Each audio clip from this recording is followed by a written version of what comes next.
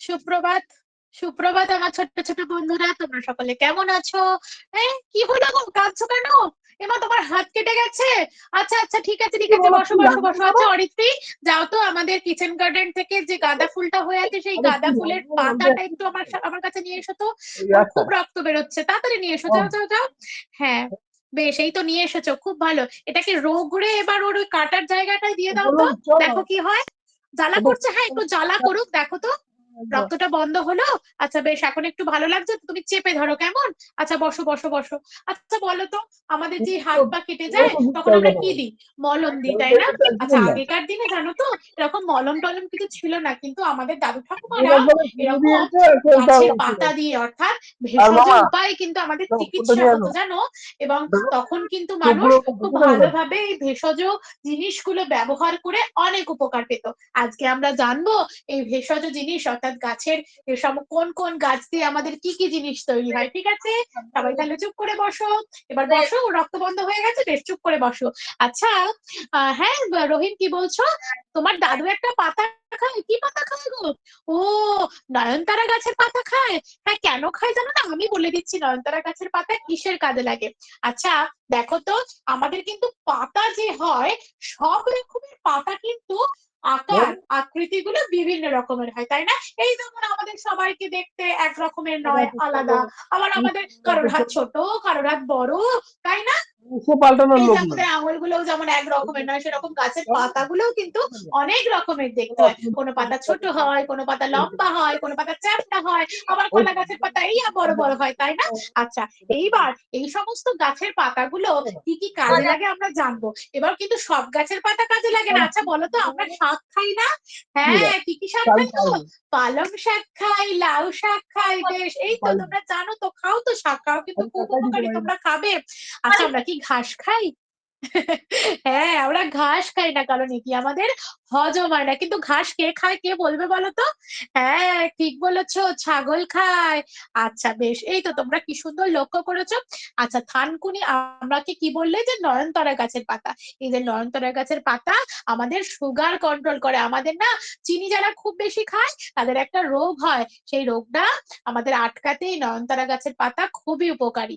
আবার জানো, ব্রাহ্মী শাক বলে একটা শাক পাওয়া যায়, সেই শাকটা খেলে আমাদের খুব পড়াশোনা মনে থাকে। কি তোমরা সবাই খাবে কিন্তু, যাতে আমাদের পড়াশোনাটা মনে থাকে, তাই না? আচ্ছা বেশ। আবার জানো, পেটে যখন খুব ব্যথা করে, পেটের যখন অসুখ হয়, তখন আগেকার দিনের মানুষরা, এই দেখো এরকম একটা চ্যাপ্টা মতো পাতা দেখতে পাচ্ছ, আমি এঁকেছি, এই চ্যাপ্টা মতো পাতাটা খেত। এটার নাম হচ্ছে থানকুনি পাতা। কি পাতা? থানকুনি পাতা। এটা খেলে কিন্তু পেটের অসুখ সেরে যায়। আবার আমরা কি করি জানো, সকালবেলা উঠে একটা পাতা খাই, যেটা খেলে আমাদের সর্দি কাশি সব ভালো হয়। সেটা হচ্ছে কি পাতা? আমরা সবাই জানি, সকলের বাড়িতে আছে, সবাই কিন্তু গিয়ে দেখবে কেমন। কেউ যদি না চেনো, তার নাম হচ্ছে তুলসী পাতা। কি পাতা? সবাই বলো, তুলসী পাতা। হ্যাঁ, তাহলে তুলসী পাতাটা খেলে কি হয়? আমাদের সর্দি কাশি সারাতে সাহায্য করে। তাহলে আমরা কি কি জানলাম আজকে? না, আমরা ওষুধের বদলেও কিন্তু আমাদের চারিপাশে থাকা বিভিন্ন গাছপালা, যেগুলো আমাদের রোগ উপকারে বা রোগ নিরাময়ে সাহায্য করে, সেগুলো খেলেও কিন্তু আমরা তৎক্ষণাৎ উপকার পাই। তাহলে কি কি পাতার নাম বললাম তোমরা সকলে কিন্তু মনে রাখবে, এবং আমি যেগুলো বলেছি সেগুলো কিন্তু সুন্দর করে লিখে নিয়ে আসবে মনে করে করে, কেমন? ততক্ষণের পর্যন্ত এইটুকুনি থাক, আবার পরবর্তী ক্লাসে অন্য কিছু নিয়ে আমরা গল্প করবো। ধন্যবাদ বাহ, স্যার। সুন্দর সুন্দর হয়েছে। হারিয়ে যাওয়া ভেষজ গাছের খোঁজে আর একটা পাথরকুচিতে অ্যাড হলে ভালো হতো। ভালো আচ্ছা, লাগলো। পাথরকুচি। পাথরকুচিতে অ্যাড হলে ভালো লাগতো। আর ম্যাডাম, ওইটা ওইটা ওই সুগার কন্ট্রোল, ওটাকে ডায়াবেটিস যেটা বলছেন না, ওটাকে বাংলায় যদি ডায়াবেটিস বা বলতেন। মধুমেহ। মধুমেহ, হুম। ওটা বাংলায় বলেন না। হ্যাঁ, আচ্ছা ঠিক আছে। ঠিক ঠিক আছে। আছে স্যার। বাংলায় বাংলায় যদি বলি তাহলে কি হবে ওটা? মধুমেহ। আরো ভালো ভালো, আরো ভালো বাংলা আছে। কি জানি স্যার, আর তো মধুমেহ জানি না। আরো বাংলা, ডায়াবেটিসের বাংলা আছে, সুগার কন্ট্রোল এটার বাংলা আছে। জানি না স্যার। কেননা এখানে কোর্টের অর্ডার হয়েছে যে কোর্টের কাজ কেন বাংলায় হবে না, সেদিনকে দেখতে একটা টপিক নিয়ে লোকে আলোচনা করছিল। ঠিক আছে। ও, স্যার আমি জানি না, আমাকে বলে দিন না।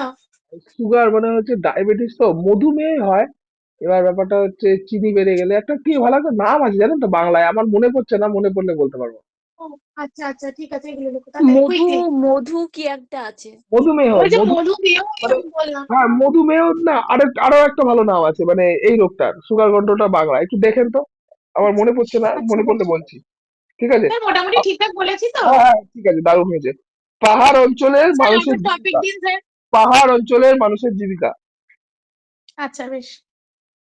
ভালো হবে না কত রকম জীবিকা, কোনটা করবেন? স্যার আমি বলতে পারবো পাহাড় অঞ্চলে, আমি আচ্ছা ঠিক চেঞ্জ আছে ঠিক করতে হবে আছে। না, কতটা বলতে পারি দেখি না। আচ্ছা নেক্সট কে বলবে? সহদেব, বলো কিছু একটা টপিক। কেউ নেক্সট, কেউ পায় রিয়াকে অনেকক্ষণ ধরে শুনছি। অন্য কেউ বলো। আমি খেতে নামলাম তো। আমি জানি তো, আপনি বললেন যে আপনি রাত্রিবেলা খান, আপনার টাইম জানি তো আমি। এইটুকু এখানে মুখস্থ কর। আমরা স্যার আমাকে একটা টপিক দেন স্যার। আমরা 8টার মধ্যে খাই, আচ্ছা কিন্তু কত রকম শুই জীবিকা, 11টার কত পর। রকম জীবিকা, জয়শ্রী টপিক কত রকম জীবিকা, আপনি তো 8টার মধ্যে খান, এটা আমি জানি তো, আমি ওর জন্যই তো বললাম যে 8টা কোনো বাজে। সহদেব দা কত অজুহাত দেখাচ্ছ, দাও কেন গো একটা, তুমি দিচ্ছ